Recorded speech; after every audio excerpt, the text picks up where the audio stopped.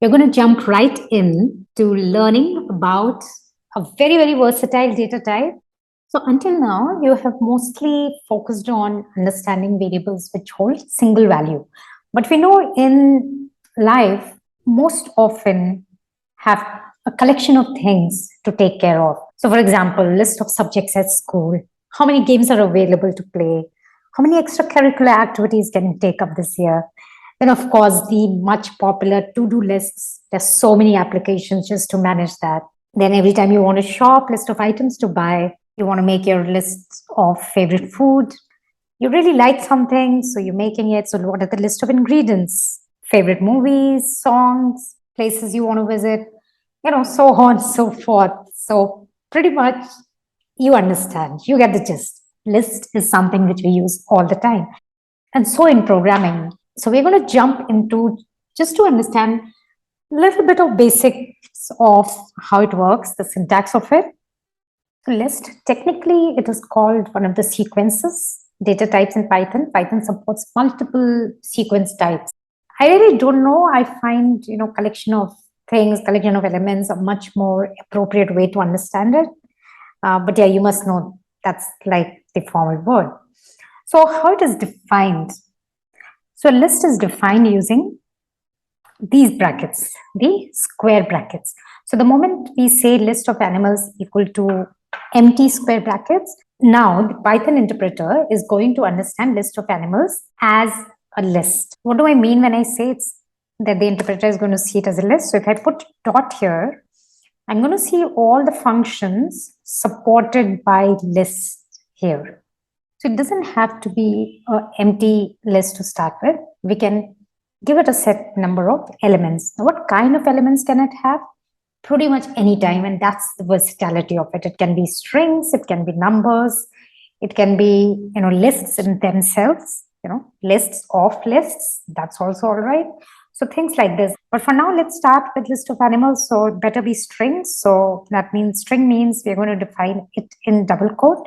So I'm going to put an LE to start with, and then to put the next element, you have to put a comma. So the elements are separated by commas.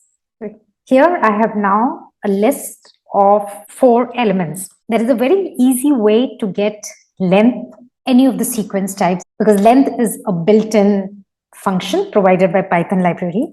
So if I do length of list of animals, and let's just quickly print it out. So we're going to run our first list program, and here it goes. Here is the length.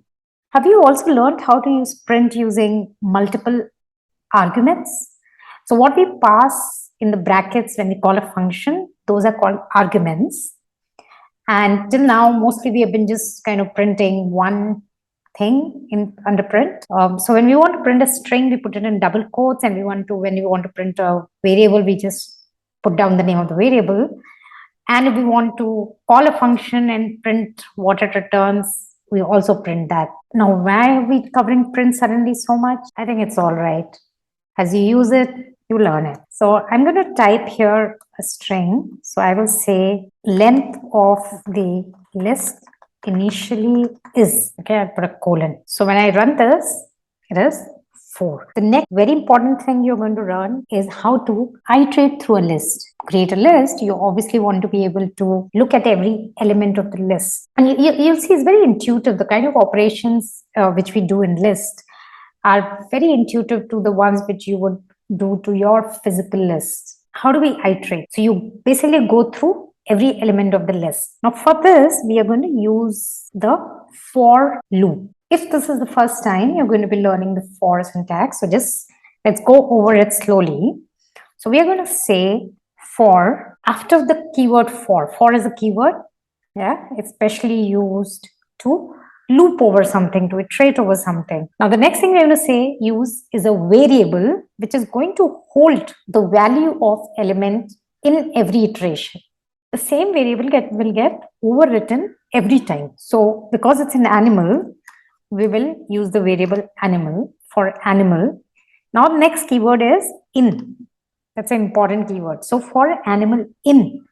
And now we will give the name of our list. That is list of animals. Now, remember just the way our if condition ended in the colon, the double quotes, even the for is going to end here in a colon. And when we enter, notice the indentation the same way. Now, everything which is going to be executed for this for loop, inside this for loop, will be indented in. So for animal and list of animals, the first thing we want to do is we want to print the animal. Okay, now be very, very, like I've seen learners get really confused with the way this variable name is used. So the way you have to think of it is basically, in your mind, you can think of it as we are saying animal equal to. So if we were to say this in English, what we would really say is that animal is taking the value of element in a list one at a time. The for loop, it basically, after you use the keyword for, the variable holds the element one at a time. And for animal, then we use the word in, which basically means in which list, and then we write the list. So these are some very, very common coding methods which you're going to, once you have learned it for like these collection data types, they'll get used everywhere. It may seem a little bit complex to start with, but once you have mastered this, you'll see how easy it becomes to learn more and more newer things. Okay, so let's run this. So what will we expect? So it has iterated through this list and it has taken in this variable animal, first elephant, so it's printed elephant, then frog, then goat, then horse.